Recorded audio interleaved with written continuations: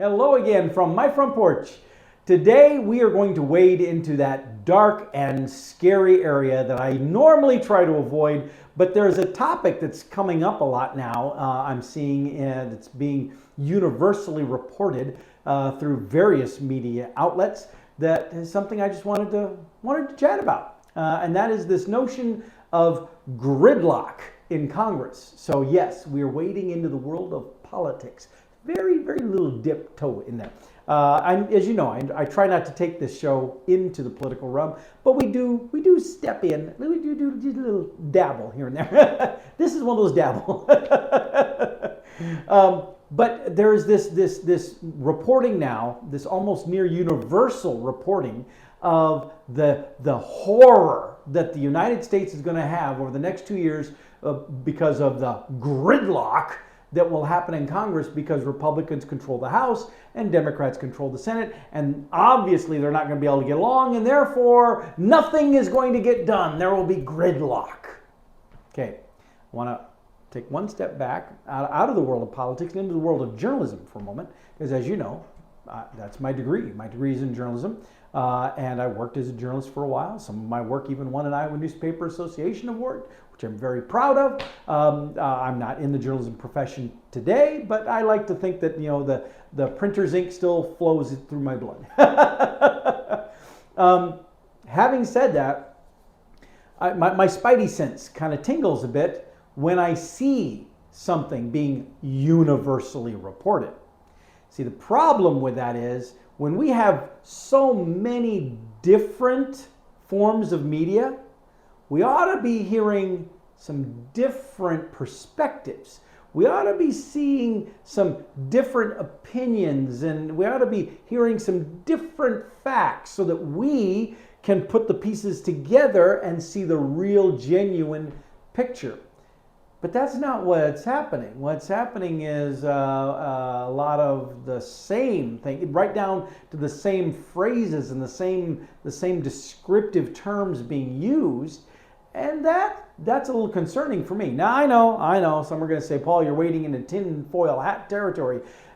So what? I don't mind that. So, sometimes the conspiracy theories are true. Sometimes they just get bad-mouthed and poo-pooed because those who are engaging in something nefarious don't want us to catch on. Now, that's not the case all the time. I'm not someone who believes it happens everywhere, but I also believe it is really ignorant to just dismiss something because, well, that sounds like a conspiracy theory. Maybe it does, and maybe it is. I don't know. What I do know is this. It is very, very difficult to argue against the conspiracy theory that major media outlets are all lapdogs of one party or the other. In this case, the Democratic Party, because they have the White House, there's this theory that talking points are being issued from the Democratic National Committee or the White House or whoever, and they're being distributed to these media outlets, and that those media outlets just take those phrases, take those topics, take those focus areas, and repackage them and then present them as news, even though it's very clearly biased. And in this situation right now with the gridlock reporting, as I said, it's difficult to argue against that conspiracy theory because it's out there. That's what has stood out to me. One of the things about this gridlock discussion is how universal the reporting is, how it doesn't matter which media outlet I'm seeing it from, I'm seeing the same story, and that the core of that story is Democrats good, Republicans bad, Democrats have ideas, Republicans just obstruct, and the gridlock is going to mean that our nation will suffer. Why will it suffer? Because the Republicans won't let the Democrats do whatever they want to do. Now, if you don't see the bias there, the one-sided nature of that, then it's probably because you are on the Democrat side and you fully bleed, blue for the Democrat side, and you see nothing wrong with that scenario. You see everything wrong with Republicans. Well, On the Republican side, bleed red. The situation is diverse. The perspective is different, and I'm not aligned with either camp. And so I step back and I just shake my head at the lunacy of it all. But as a journalist, again, or former journalist, I guess, I am disturbed by the very blatant, one-sided reporting. See, I don't think everything the Republicans do is good, but I also don't think everything they do is bad. I don't think everything the Democrats do is good, but I don't think everything they do is bad. I didn't like Donald Trump as president, but I also don't believe he was evil incarnate, and I do think that his administration did some things that were good. I don't like Joe Biden for a number of reasons. In fact, I have openly even questioned whether he is actually president.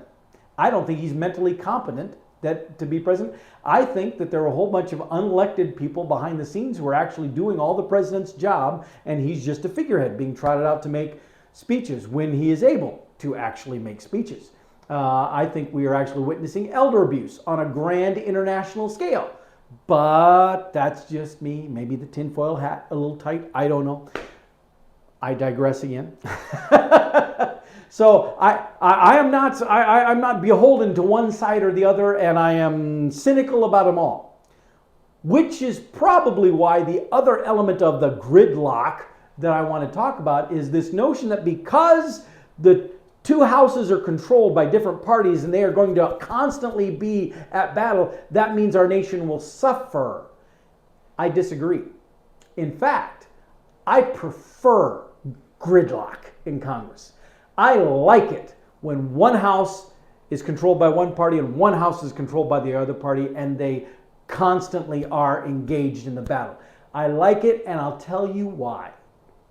When one party controls the entire system, they are able to ramrod through whatever they wish to do. And I hate to break it to you, again, political cynic, hate to break it to you, but the people who are in politics, especially at the national level in DC, they don't care about you. They don't care about me.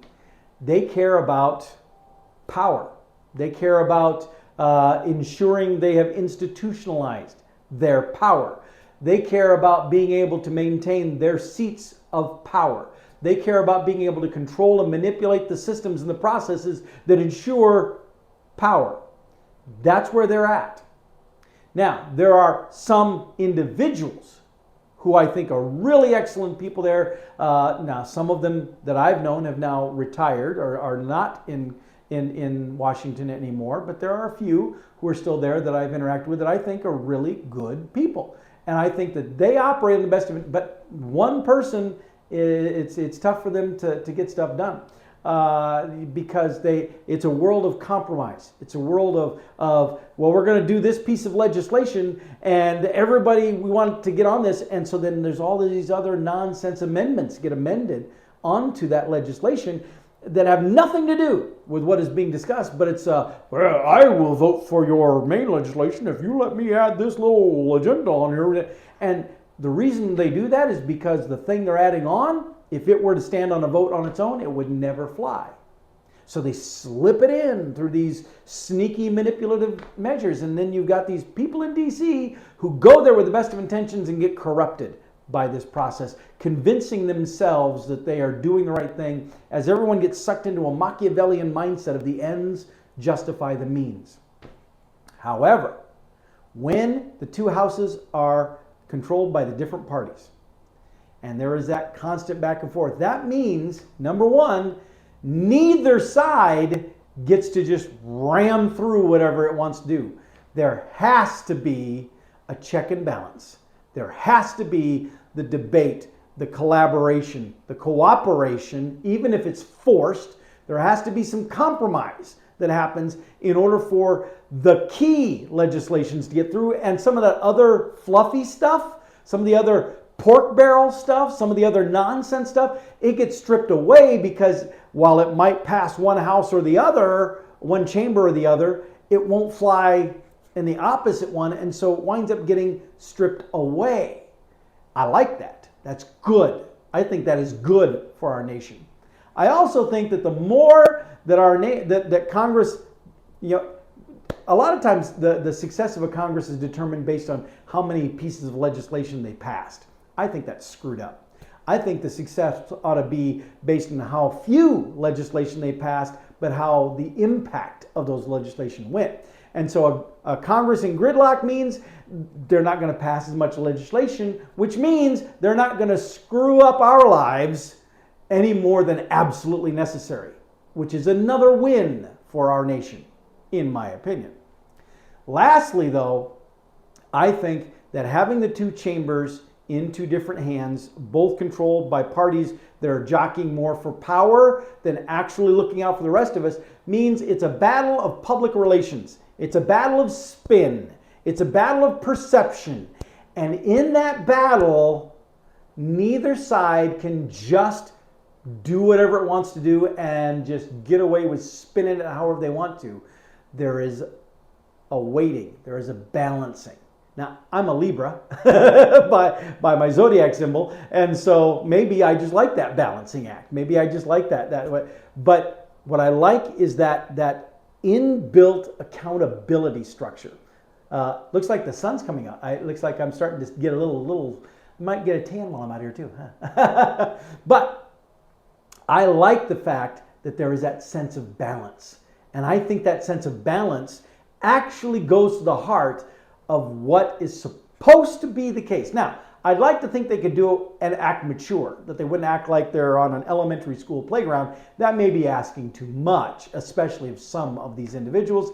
I shall not name names because I don't want to go that far down the political rabbit hole. But there are some on both sides who I have zero respect for, because every time they open their mouth, I just cringe. I just shake my head because I'm like, really, how do you get away with saying, how do you even sleep at it? Do you not have a conscience?